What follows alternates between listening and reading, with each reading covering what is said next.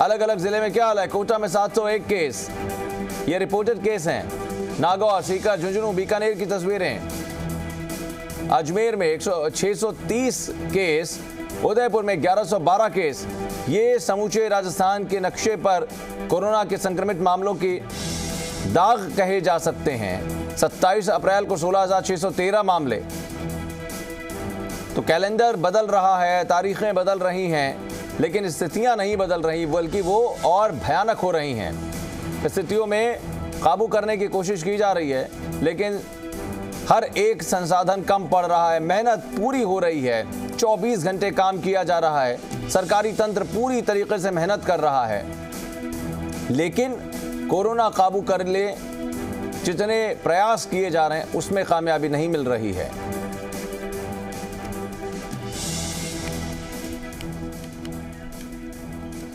तो CM Ashok Gehlot corona positive पाए गए हैं और कहा जा रहा है कि खुद ही उन्होंने अपने आप को आइसोलेट करते हुए जानकारी दी है और उन्होंने कहा है कि वो ठीक हैं और आइसोलेशन में ही कल भी उन्होंने मीटिंग की थी। सीएम ने ये कहा कि कोरोना प्रोटोकॉल के तहत लगातार काम करता रहूंगा। पीसीसी चीफ गोविंद सिंह डोटासरा ने उनके जल्द स्वस्थ होने की कामना भी की है।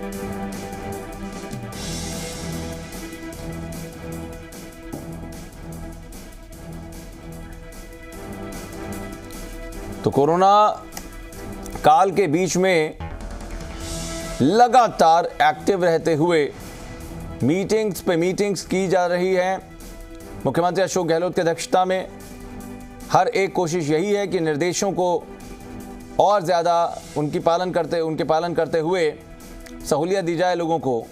दवा की कोई कमी ना रहने दी जाए, ऑक्सीजन की कोई कमी ना रहने दी जाए। अस्पताल अगर छोटे पड़ रहे हैं, बेड अगर कम पड़ रहे हैं तो अन्य व्यवस्थाएं वैकल्पिक तौर पर की जाएं।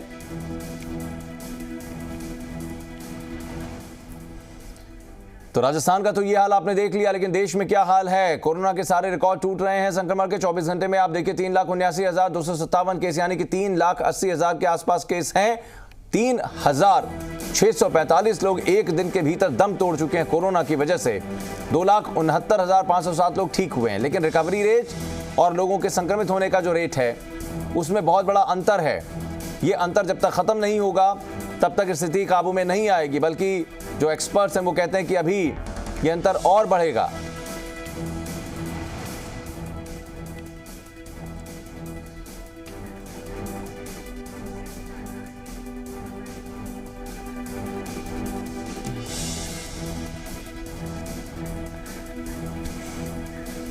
तो आशीष चौहान जी मीडिया संवाददाता जयपुर में इस वक्त हमारे साथ मौजूद हैं और मनोहर बिश्नोई दिल्ली में मौजूद हैं। जयपुर का एक बार रुख करते हैं, उसके बाद दिल्ली पहुंचेंगे। आशीष, जाहिर है कि हर कोशिश की जा रही है, सिस्टम पूरे प्रयास कर रहा है। आप लगातार हर एक परिस्थिति पर नज़र लगा रहे हैं, मॉनिटर्स किया जा रहा है पूरे सिस्टम की तरफ से। अभय कमांड सेंटर्स को भी ये कहा गया था कि इसके दायरे में लाएंगे जो लोग बाहर या सड़कों पर लापरवाही बरतते हैं या बिना मास्क के निकल रहे हैं, उनको भी पहचाना जाएगा। हर एक संसाधन और दूसरी तरफ तकनीकी रूप से अपने आप को मजबूत करते हुए इस स्थिति पर काबू करने की कोशिश की जा रही है, लेकिन कितनी कामयाबी मिल रही है ये समझना चाहेंगे आपके जरिए। देखिए, अभी कुछ देर पहले हमने ग्राउंड जीरो पर जाकर ये जाना कि लॉकडाउन की जो पालना है वो किस तरह से जयपुर में की जा रही है। लापरवाही की तस्वीरें साफ तौर पर चार दीवारी के भीतर और दूसरे क्षेत्रों में दिखाई दे रही हैं। जैसे ही 11 बजे का समय होता है या उससे पहले का समय होता है, लोग बाहर निकलते हैं और कुछ ना कुछ वजह देकर घर से बाहर निकलने की पूरी कोशिश करते हैं। पुलिस लगातार चालान काट रही है, लेकिन इसके बावजूद भी लोगों को ये समझ नहीं आ रहा कि लापरवाही आखिरकार क्यों कर रहे हैं। एक तरफ जो ऑक्सीजन और दवाइयों की कमी हॉस्पिटल्स में लगातार होती जा रही है, दूसरी तरफ जो कोरोना का संक्रमण है वो भी राजस्थान में लगातार फैलता जा रहा है। अब 16,000 से ज़्यादा एक्टिव केस राजस्थान में रोजाना आ रहे हैं और राजधानी की मैं बात करूँ तो 3,000 के करीब रोजाना केस दर्ज किए जा रहे हैं। ऐसे में अभी फिलहाल स्थिति बहुत ज़्यादा खराब है और आगे आने वाले दिनों में जो और भी ज़्यादा स्थिति खराब हो रही है। डॉक्टर्स लगातार यही सलाह दे रहे हैं कि जी, यदि कुछ थोड़ी सी बीमारी है तो तभी आप अपने घर पर रह सकते हैं और अधिक बीमार होने पर ही आप अस्पताल जाएं, क्योंकि अस्पतालों में लंबी कतारें देखने को मिल रही है, अस्पताल लगातार फुल होते जा रहे हैं। ऐसे में हमें ये बेहद समझना होगा अभी फ़िलहाल कि कोरोना संक्रमण की चैन तोड़ने के लिए हम कोरोना गाइडलाइंस को पूरी तरह से फॉलो कीजिए। मेरे साथ मेरे सहयोगी भरत जुड़ चुके हैं। भरत, लगातार आप फील्ड में है, लगातार आप मॉनिटरिंग कंट्रोल रूम में बैठे हुए हैं, क्या लगता है किस तरह से कोरोना को संक्रमण की चैन तोड़ने के लिए हम तैयार हैं, क्योंकि आज मुख्यमंत्री गहलोत खुद भी कोरोना पॉजिटिव हो चुके हैं?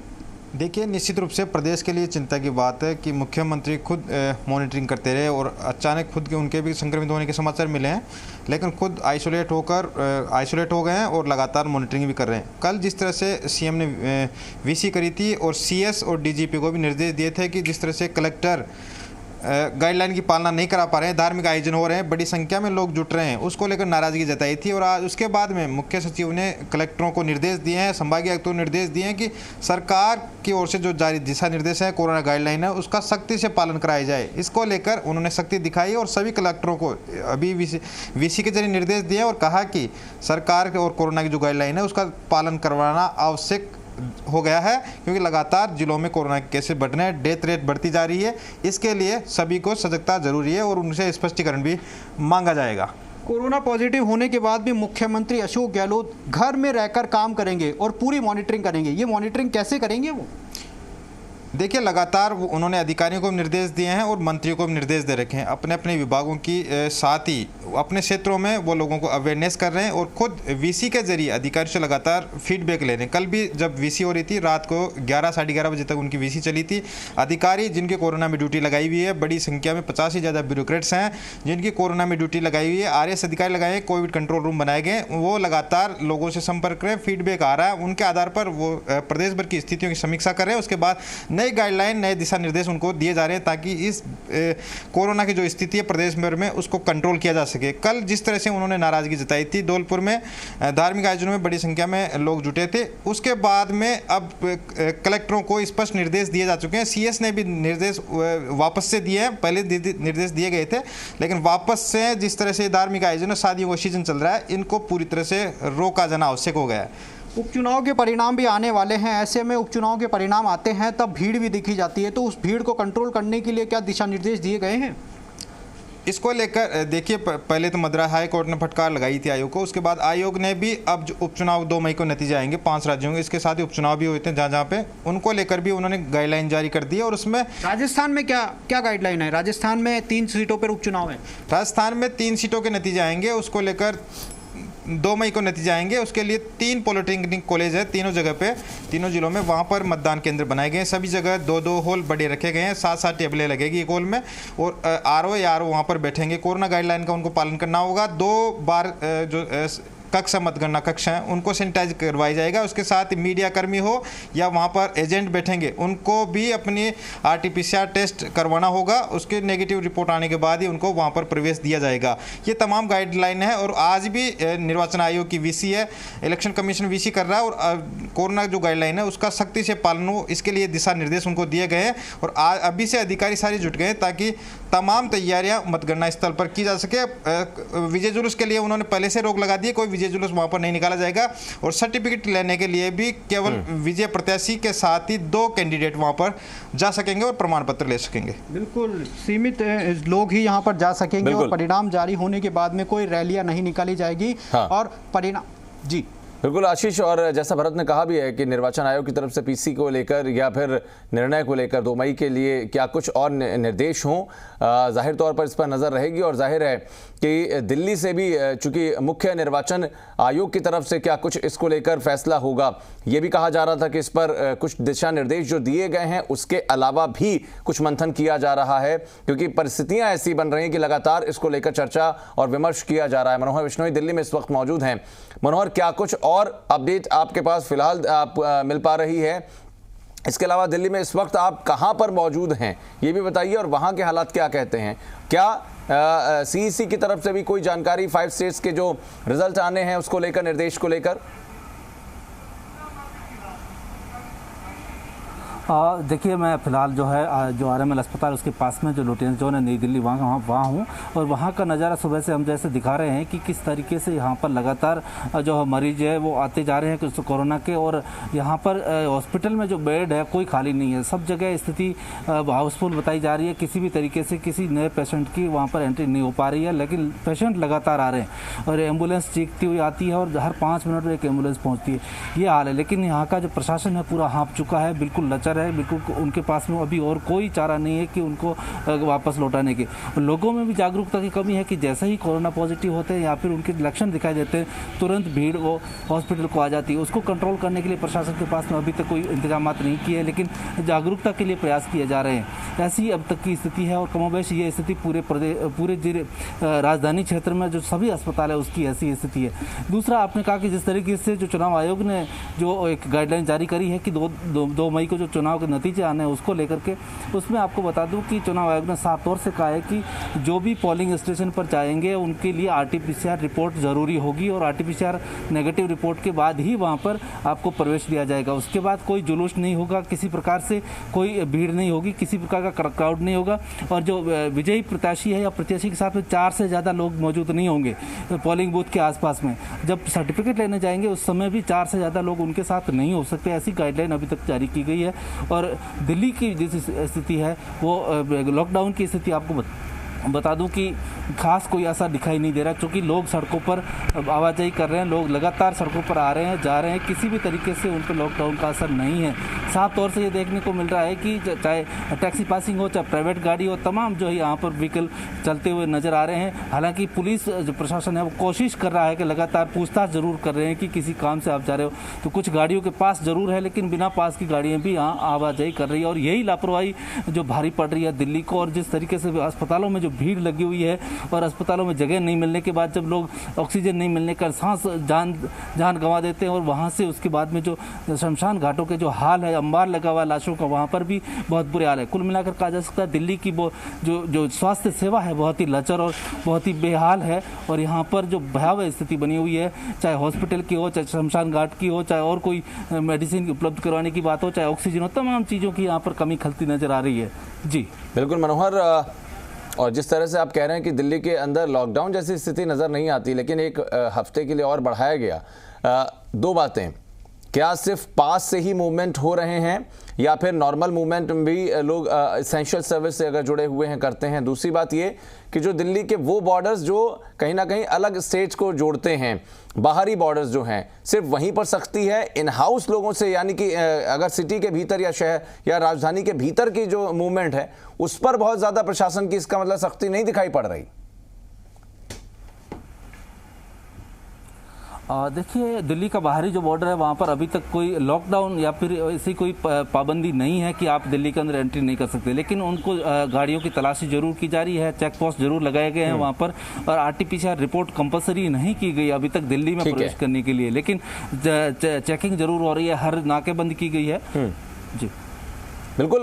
जहां तक बात दिल्ली सरकार की तरफ से है ऑक्सीजन की कमी को लेकर, जो हमने देखा बीते समय में, चाहे वो मनीष सिसोदिया रहे हों, सत्येंद्र जैन रहे हों, खुद अरविंद केजरीवाल रहे हों, कल की भी बात करें, अरविंद केजरीवाल देखिए लोगों के बीच में आकर बहुत सारी परिस्थिति के बारे में ज़रूर कह रहे हैं, लेकिन हाईकोर्ट को अगर ये कह देना पड़े कि क्या आप अगर नहीं कर पा रहे हैं बात तो लाइए हम कर लेते हैं केंद्र सरकार से बात, तो ऐसे में एक सरकार के सामने यानी कि सबसे बड़ी चुनौती यही है कि आप ना तो मैसेज कन्वे कर पा रहे हैं कि हम सब कुछ कर रहे हैं आपके लिए और ना ही इंतजाम कर पा रहे हैं।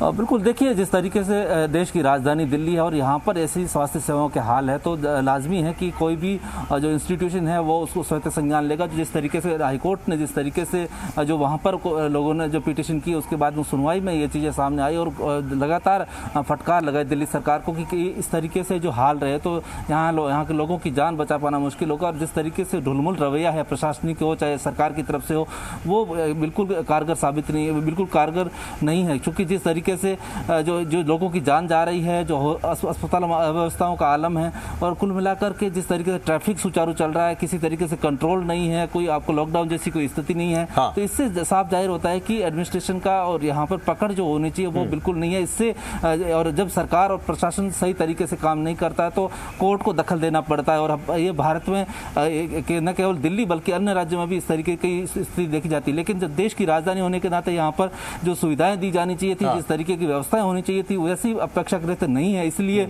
कोर्ट ने कहा है कि हाँ, व्यवस्थाएं सुचारू करने के लिए आपसे सक्षम नहीं है तो फिर हमें कह दीजिए, हम व्यवस्था करवाते हैं केंद्र सरकार से।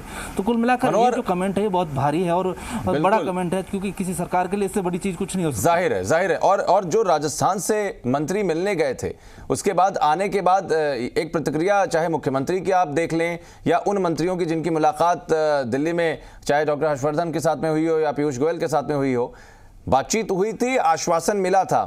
क्या कुछ अभी उधर से आपको जानकारी मिल पा रही है कि सिर्फ आश्वासन या उस आश्वासन पर काम होना शुरू हुआ है?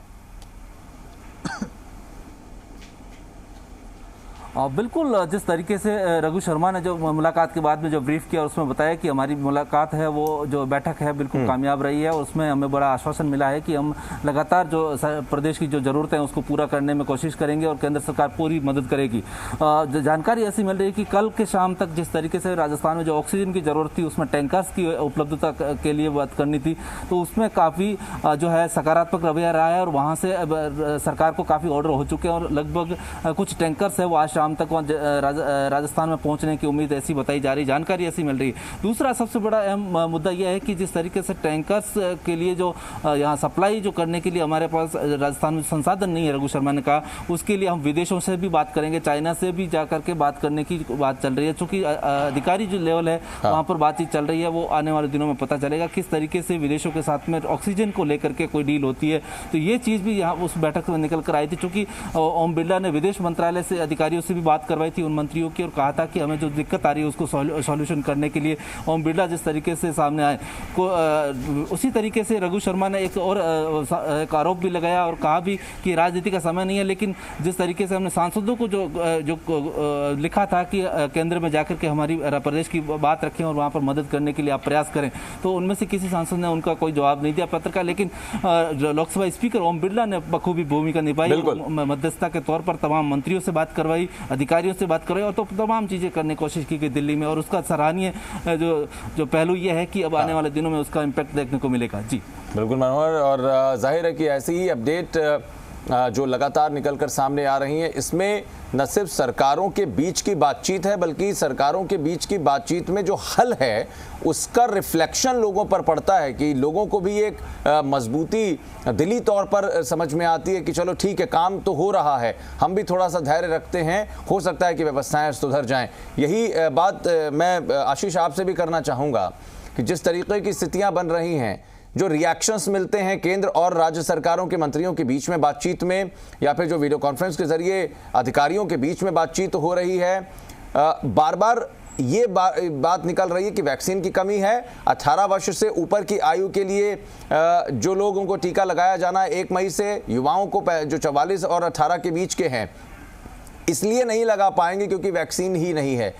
तो ये तो मुहिम जो चलाई जा रही है या जो अभियान शुरू किया जा रहा है, ये पहले ही दम तोड़ देगा, मतलब शुरू ही नहीं हो पा रहा है, उससे पहले ही दम तोड़ देगा।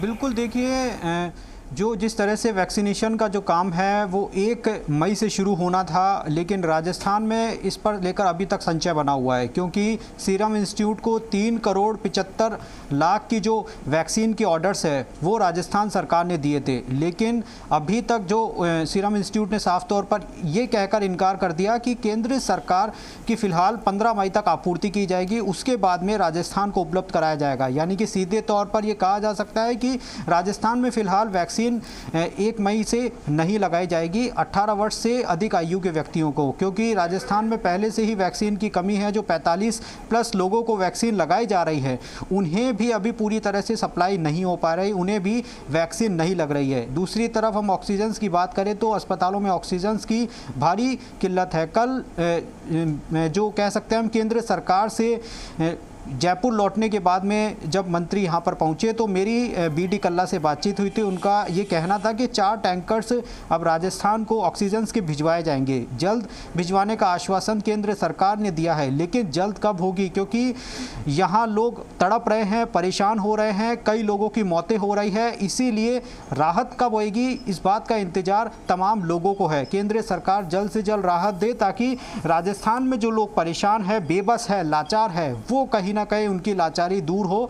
और मेरे सहयोगी ने अभी बात कही है, मनोज जी ने, कि दिल्ली से कुछ टैंकर्स यहां आज रवाना हो सकते हैं, तो बहुत बड़ी राहत की खबर होगी राजस्थान के लिए यदि दिल्ली से टैंकर्स, ऑक्सीजन के टैंकर राजस्थान आते हैं, क्योंकि अभी हालात जो अस्पतालों के हैं बद से बदतर होते जा रहे हैं। लगातार जो कंडीशन है वो लगातार बिगड़ती जा रही है। लगातार फ़ोन कॉल्स आ रहे हैं लोगों के कि तमाम हमारे लिए जो है ऑक्सीजन की सुविधा उपलब्ध कराया जाए, लेकिन ऑक्सीजन की भारी कमी राजस्थान में देखी जा रही है। न केवल ऑक्सीजन की कमी बल्कि दवाइयों की भी कमी देखी जा रही है। इसीलिए डॉक्टर्स भी बार बार यही अपील कर रहे हैं कि वही लोग अस्पताल में जाइए जिनकी कंडीशन ख़राब है, जो गंभीर रूप से जिनकी जो हालत जो है वो गंभीर रूप से बीमार है, वही लोग अस्पतालों में जाइए, क्योंकि अस्पतालों में जाने से भी दूसरे लोग भी संक्रमित होते हैं। जो इसीलिए जो डॉक्टर्स यही सलाह दे रहे हैं कि आप घर रहकर ही कोरोना का इलाज करवाइए और घर रहकर ही सुरक्षित रहिए। इसीलिए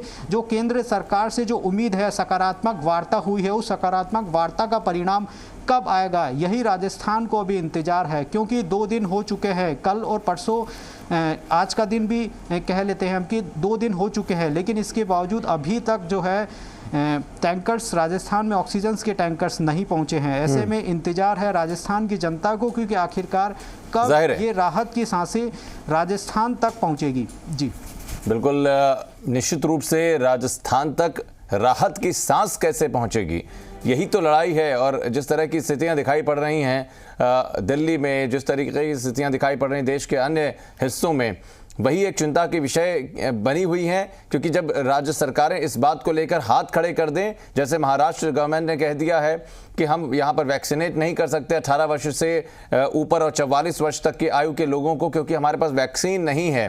तो ऐसे में वैक्सीन का प्रोडक्शन और उसकी उपलब्धता होना, और साथ ही साथ रेमडेसिविर, जिसको सबसे ज़्यादा ज़रूरी इंजेक्शन के तौर पर अभी तक हम देख पा रहे हैं, खासकर उनमें जिसमें इनिशियल लेवल पर कोरोना के लक्षण हैं, अगर उनको वक्त रहते रेमडेसिविर लगा दिया जाए तो बहुत ज़्यादा इन्फेक्शन फैलने की जो कंडीशन है वो नहीं बनती है। तो ऐसे में उनको वक्त रहते बचाया जा सकता है। तो ये ऐसी परिस्थिति है जिसमें कहीं ना कहीं टैकल करना बहुत ज़रूरी हो गया है। फिलहाल बहुत शुक्रिया आशीष आपका भी, और मनोहर लगातार हमारे साथ बने रहे हैं इस चर्चा में। बहुत बहुत शुक्रिया मनोहर आपका भी। तो इस परिस्थिति से निकलेंगे कैसे, इस परिस्थिति से बाहर कैसे जाएंगे, इसके लिए सिर्फ सरकारों को करना पड़ेगा या जनता को भी अपने स्तर पर खुद सजगता दिखानी पड़ेगी? यही सवाल बार बार पूछा जा रहा है एक दूसरे के साथ में। यही सवाल बार बार जनता के बीच में सरकारें भी रख रही हैं कि आप खुद भी सतर्क रहिए। एक छोटा सा ब्रेक लेंगे, यहां पर जल्द लौटेंगे।